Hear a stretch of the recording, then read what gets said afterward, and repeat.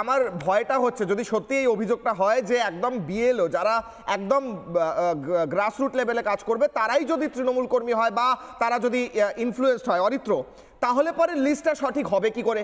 তাহলে এসআইআর এর আলটিমেটলি যে গোল সেই গোলটা অ্যাচিভ হবে কি করে অরিত্র? দেখুন, প্রত্যেক সময় আমরা দেখেছি যে স্টেটের যারা কর্মী থাকেন তাদেরকে স্টেট নিজেদের কাজে ব্যবহার করে।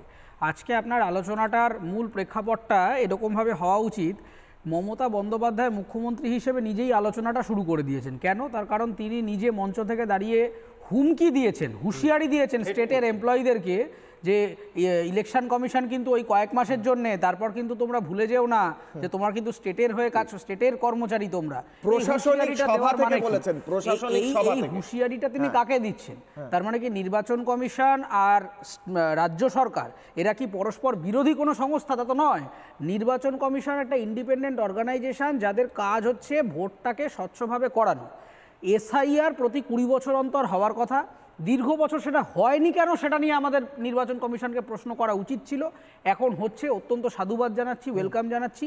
তার কারণ দেখুন, এটা তো একটা গণতান্ত্রিক ব্যবস্থা। আমরা আমাদের প্রতিবেশী দেশগুলোতে গণতন্ত্রের যে বিপর্যস্ত পরিবেশ দেখতে পাচ্ছি, সেখানে ভারতবর্ষের গণতন্ত্রকে টিকিয়ে রাখতে গেলে এই ভুতুরে ভোটার, ডুপ্লিকেট নাম এইগুলো দিলে কিন্তু আমাদের নিজেদের, আজকে তৃণমূলের পক্ষে যারা কথা বলছেন, গণতান্ত্রিক বিপর্যয় হলে তারাও বিপদে পড়বে। ফলে একদম বিপদে পড়বে। তুমি হুমকির কথা বলছিলে, আমি আপনার কাছেই আসছি অরিত্র। একবার আমি শোনাই আপনি যে হুমকির কথা বলছিলেন, দর্শকরা আগেও শুনেছেন, আরো একবার শোনাই। হুমকি কিসের কথা বলছেন অরিত্র?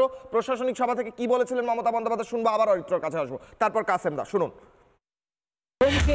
ইলেকশন কমিশন কাউকে ট্রান্সফার করে, কাউকে পোস্টিং করে, কাউকে দিল্লিতে ডেকে নিয়ে ভাবে যে তারা যেটা করবে সেটাই হবে।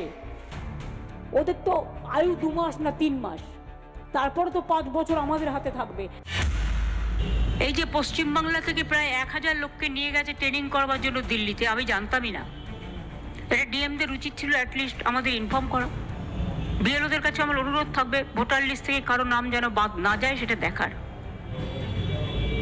মনে রাখবেন, ইলেকশন কমিশন তার নোটিফিকেশন যখন হবে ডেট অফ ইলেকশন, তখন থেকে এটা ইলেকশন কমিশনের আন্ডারে যায়। তার আগে স্টেট গভর্নমেন্ট, আবার ইলেকশনের পরেও স্টেট গভর্নমেন্ট। সুতরাং এটা মনে রাখবেন, আপনারা চাকরি করেন স্টেট গভর্নমেন্টের। অরিত্র কন্টিনিউ।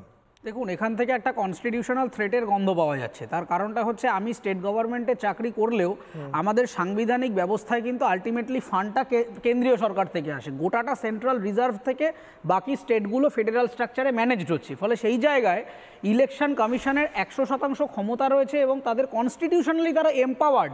সুপ্রিম কোর্ট পর্যন্ত এই কথাকে জাস্টিফাই করেছে যে নির্বাচন প্রক্রিয়ায় এসআইআর করানো, ট্রেনিং করানো, এই ব্যাপারগুলোকে অর্গানাইজ করবার জন্য স্বাধীন স্বায়ত্তশাসন দেওয়া রয়েছে সাংবিধানিকভাবে ইলেকশন কমিশনকে। ফলে এই কথা যদি মুখ্যমন্ত্রী বলেন যে ইলেকশন কমিশন চলে যাচ্ছে, ভুলে যেও না, তার মানে কি উনি থ্রেট করছেন আমার এখানকার যারা ডিএম রয়েছেন, বিডিও রয়েছেন বা বিএলও বিএলআরও রয়েছেন যে তোমরা তাহলে ইলেকশন কমিশনের বিরুদ্ধে চলে যাও।